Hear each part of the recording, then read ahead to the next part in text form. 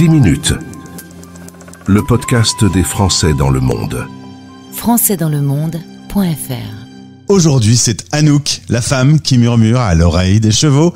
Bonjour Anouk. Bonjour Gauthier. On fait un sacré voyage puisqu'on se retrouve au Canada. On est en l'occurrence à peu près à 1 heure de Montréal. Anouk, si tu es d'accord, on va d'abord revenir un peu aux origines. Alors, elles sont belges, les origines. Tu nais, tu grandis près de Bruxelles. Oui, c'est exact. J'ai oublié peut-être de remercier Gauthier. Merci de m'avoir invité à ta superbe émission. Oui, effectivement, je suis née à peu près quelques minutes au sud de la ville de Bruxelles il y a quelques années de ça. Et là, il y a un mari qui arrive dans ta vie, il y a des jumeaux qui vont être là aussi. Tu travailles, alors le boulot que tu fais, ingénieur commercial, j'ai oublié ce qu'il y a derrière, c'était un métier... Voilà, un métier. Un métier, oui, c'est ça. Donc, avec un MBA en méthode quantitative de gestion, donc avec un parcours dans l'entreprise, au niveau des universités aussi, dans l'optimisation des processus de production et ce genre d'affaires-là. Ah oui, on comprend bien que c'est très sérieux. Les années passent et un jour, eh bien, tu te dis, on a des rêves quand on est plus jeune, il faut vivre ses rêves et vous décidez de faire une page blanche dans la vie de tous les quatre. Monsieur vend son entreprise, ce qui permettra d'avoir un peu d'argent de côté pour la suite des aventures. Vous vendez la maison, vous quittez la Belgique pour vous installer à Montréal. Alors, c'était l'Australie ou le Canada dans vos choix d'expatriation. Pourquoi c'est tombé sur le Canada ? C'est exact. Pourquoi c'est tombé sur le Canada ? Premièrement, parce qu'on y retrouvait pas mal de valeurs que nous, on recherchait tant pour nous que pour nos enfants, pour grandir au niveau de... On était des entrepreneurs dans l'âme, on retrouvait cet esprit entrepreneur-là aussi. Aussi pour, bien sûr, le côté francophone, puisque comme ça permettait ainsi à nos enfants de pouvoir continuer leur scolarité en français et de pas être trop loin quand même de nos origines, malgré tout, si on souhaitait y retourner. C'est vrai que du coup, on est quand même cousins avec les Canadiens. D'ailleurs, t'aimes tellement ce pays que t'as pris l'accent. Hein. Clairement, on va pas se mentir, t'as un vrai petit accent canadien maintenant, Anouk. Ok, mais je ne m'en rends pas toujours compte. Alors, cette page blanche, elle va s'écrire. Tu t'es dit, j'avais une passion dans l'adolescence pour les chevaux. Tu vas t'y intéresser et Lily va rentrer dans ta vie. Raconte-nous un peu cette rencontre incroyable avec les chevaux. Oui, elle vient en fait à l'origine de mon enfance où j'étais passionnée par les chevaux. J'ai eu la chance d'avoir mes chevaux quand j'étais adolescente, mais à un moment donné, on perd le contact avec eux, c'est la vie, c'est les enfants, c'est la carrière, c'est les études, etc. Donc pendant 20 années en Belgique, je les ai plus touchés du tout les chevaux. En me redonnant en fait cet espace de page blanche, cet espace de pouvoir prendre du temps pour réfléchir, se poser. Les chevaux sont revenus à moi comme une évidence qu'il fallait qu'ils reprennent une certaine place dans ma vie. Je savais pas laquelle quand j'ai ressenti cet appel-là, mais c'est venu quelques semaines un petit peu plus tard. Alors, chers auditeurs, accrochez-vous maintenant, vous allez halluciner. Tu as découvert qu'on pouvait faire du coaching avec les chevaux. Les chevaux peuvent aider les hommes.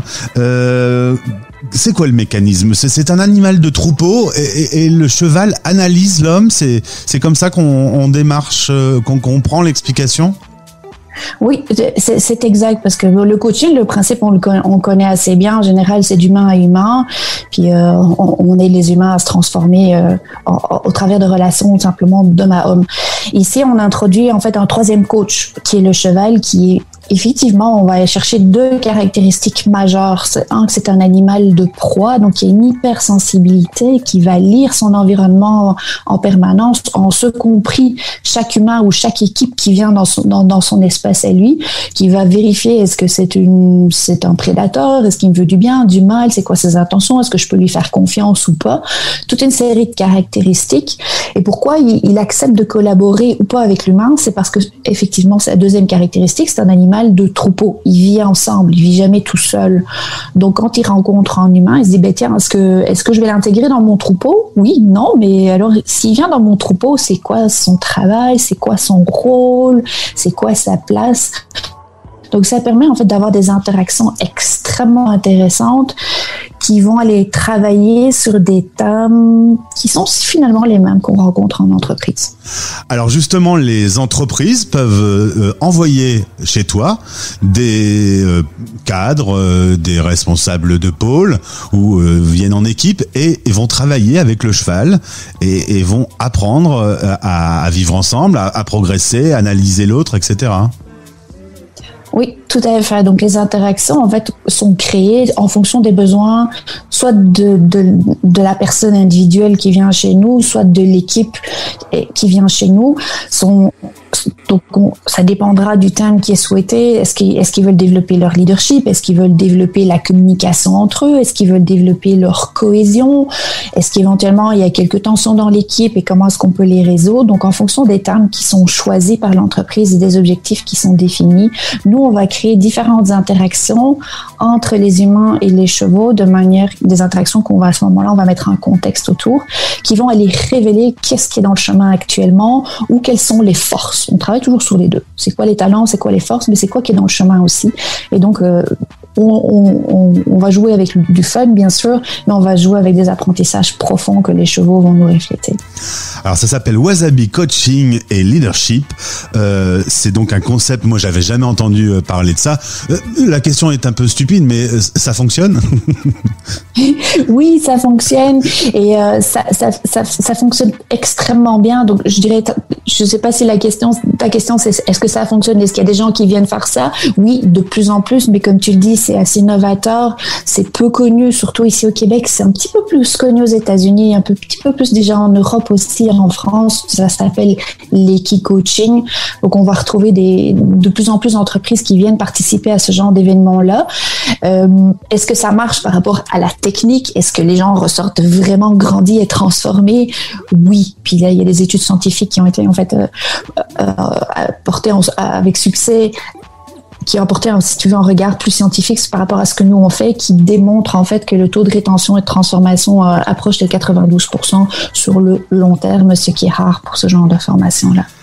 Anouk, en 2013, vous aviez une page blanche, elle s'écrit, elle se remplit tout doucement aujourd'hui. C'est incroyable ce que tu nous racontes là. T'es heureuse? Ok, oui, je ne reviendrai jamais en arrière.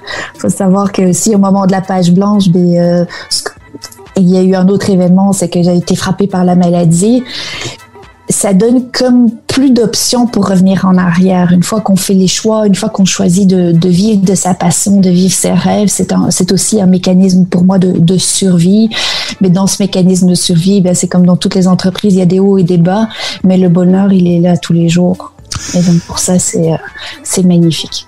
Incroyable rencontre, et puis il y a un calme qui se dégage de toi. Moi je sens, j'ai une énergie comme ça quand je te pose les questions et toi tu réponds avec un grand calme. C'est le cheval qui t'a comme ça calmé ou t'étais déjà en plein contrôle de toi avant ça?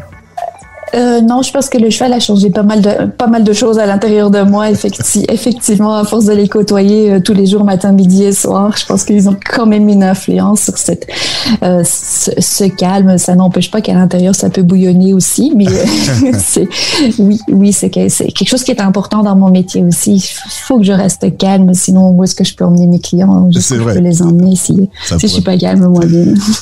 Eh bien, on va mettre tous les liens pour découvrir cette entreprise Wasabi Coaching et Leadership. Merci d'avoir été avec nous depuis le Canada, Anouk. Reviens quand tu veux, j'ai passé un excellent moment avec toi. Mais un grand merci Gauthier. Et puis nous on voyage à travers l'Europe aussi. On vient faire des petits sauts de puce en Europe, en Suisse, en France, en Belgique pour faire du coaching dans nos pays d'origine si tu veux. Donc ce sera un grand plaisir de pouvoir un jour te rencontrer en vrai. Ou alors c'est moi qui viens. Avec beaucoup de plaisir aussi. Merci beaucoup Gauthier. À bientôt.